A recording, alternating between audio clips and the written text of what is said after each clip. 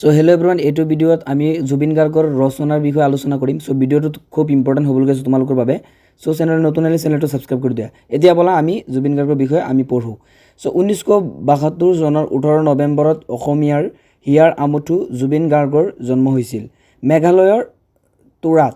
তেওঁৰ পিতৃৰ নাম মোহিনী মোহন বৰঠাকুৰ আৰু মাতৃৰ নাম ইলি বৰঠাকুৰ। তেওঁৰ পিতৃ এজন প্ৰতিষ্ঠিত কবি কপিল বৰঠাকুৰ নামেৰে তেওঁৰ কাব্য চৰ্চা কৰে। মাতৃ ইলি বৰঠাকুৰ আছিল নৃত্য গীতত পাৰদৰ্শী। মাতৃয়েই আছিল জুবিনৰ সংগীত শিক্ষাৰ আদি গুৰু। এই কথা জুবিনে নিজে ব্যক্ত কৰিছিল।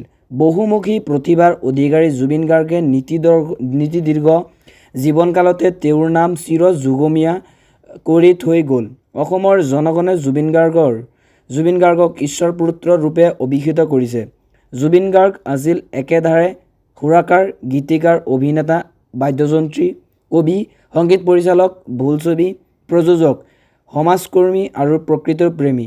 এজন ব্যক্তিৰ গাত একেলগে ইমান বিৰল গুণৰ সমাৱেশ খুব কম মানুহৰ জীৱনতহে ঘটে।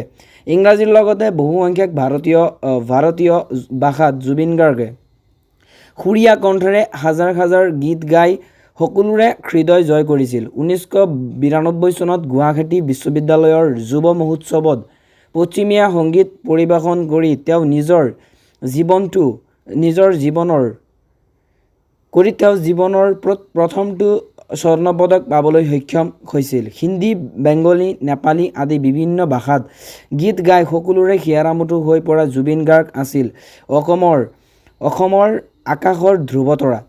তেওঁ 1995 চনৰ পৰা দিল সে ফিদা, গদ্দাৰ আদি বহুতো হিন্দী কথাছবিত সুৰীয়া কণ্ঠ নিগৰাইছিল।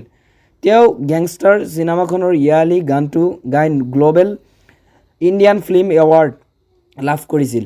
এই গীতটি জনপ্ৰিয়তাৰ তুংগত উঠিছিল। বিহু, বৰগীত, লোকগীত, আধুনিক গীত আদিতো তেওঁৰ কণ্ঠ নিগৰে।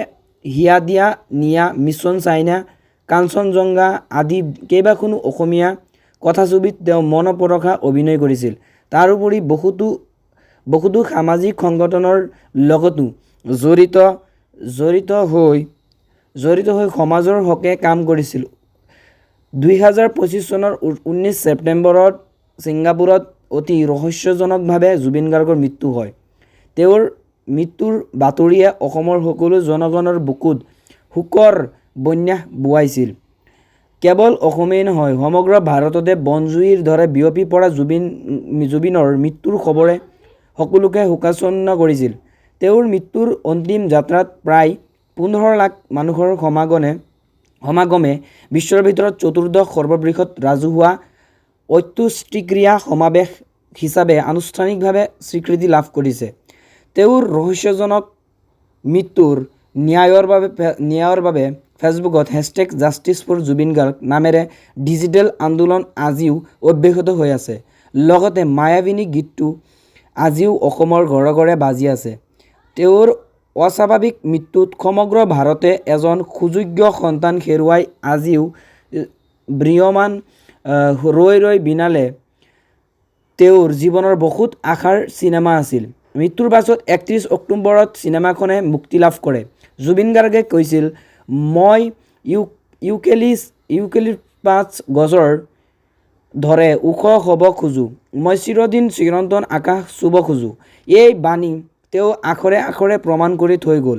জুবিন গাৰ্গে সকলো জাতি ধৰ্মৰ মানুহক এক বুলি গণ্য কৰিছিল, যাৰ বাবে তেওঁৰ মৃত্যুৰ পিছত সকলো শ্ৰেণীৰ লোকে সমাধিস্থলত এতিয়াও লোকাৰণ্য হৈ আছে।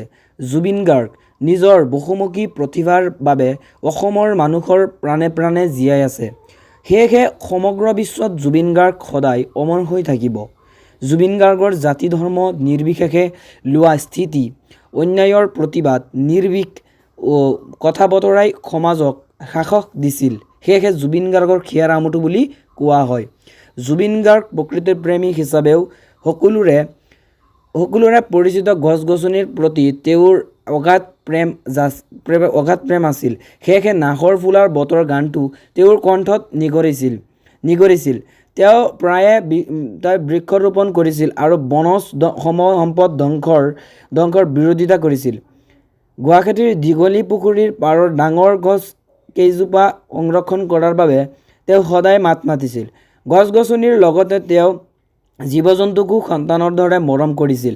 তেওঁ বনৰ জীৱ জন্তুৰ মাংস ভক্ষণ বা চিকাৰ কৰা নাছিল। তেওঁৰ নিজৰ পোহনীয়া কুকুৰ, বান্দৰ, বগলী, হাঁহ আদিক যথেষ্ট মৰম কৰিছিল। তেওঁৰ পোহনীয়া 4টা কুকুৰ আছিল, ইক, টিয়া, ৰেম্বো আৰু মায়া। এই মৰমৰ কুকুৰকেইটাৰ লগত ব্যস্ততাৰ মাজতো তেওঁ খেলিছিল। তেওঁৰ মৃত্যুৰ শ্ৰদ্ধাঞ্জলি জনাবলৈ গুৱাহাটীৰ সৰুসজাই ষ্টেডিয়ামত পৰিয়ালৰ লোকে কুকুৰকেইটাক লৈ আহিছিল।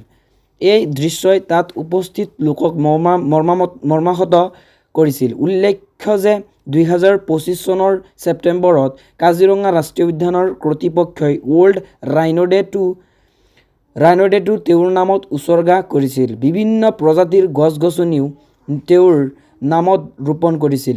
তাৰোপৰি তেওঁৰ মৃত্যুৰ পাছত কাজিৰঙা ৰাষ্ট্ৰীয় অভয়াৰণ্যত উপজা হাতী পোৱালিটোৰ নাম মায়াবিনী ৰাখিছিল। চ' এইখিনি আছিল আমাৰ জুবিন গাৰ্গৰ বিষয়ে অলপখিনি লিখা মানে ৰচনা বুলিয়ে ক'ব পাৰি। চ' এইখিনি আছিল। চেনেল নতুন আহিলে চেনেলটো ছাবস্ক্ৰাইব কৰি দিবা আৰু কমেণ্ট বক্সত লিখা জয় জুবিন দা।